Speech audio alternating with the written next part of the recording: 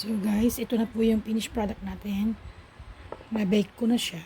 May bitak-bitak siya ng konti at lumulobo siya. Pero ma-attempt kayo na galawin siya. Pero wag na wag niyong gagalawin guys. Kasi pag pre-freezer nyo yan at lumamig, mawawala din yan. So, i-freeze na natin for 1 hour. Saka natin i-unmold mamaya. Guys, ito na po yung finished product. Nakagawa po tayo ng 18 pieces. Ayan. So, lalagyan ko ng ubi, jam, kamote para maganda yung labas niya.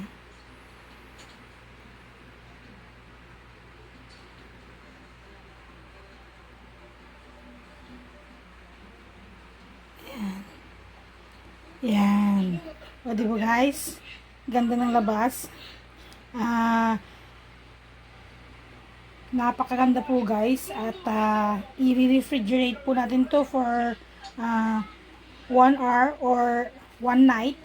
Para pagdating ng bukas, maganda ang kalalabasan ng texture ng kamote cream cheesecake. Yan.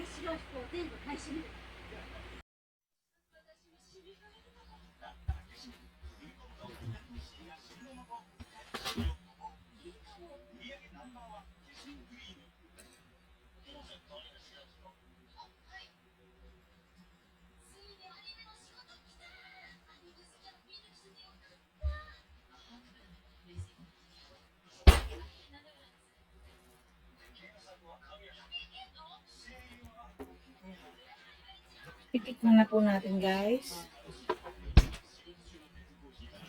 yung cheesecake.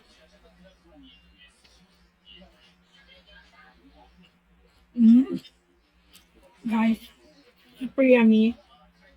Lasang-lasang talaga yung cheesecake. So we will put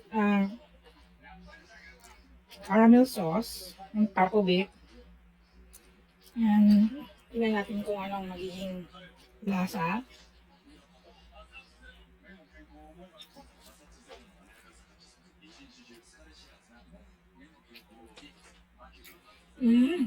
Guys, super yummy.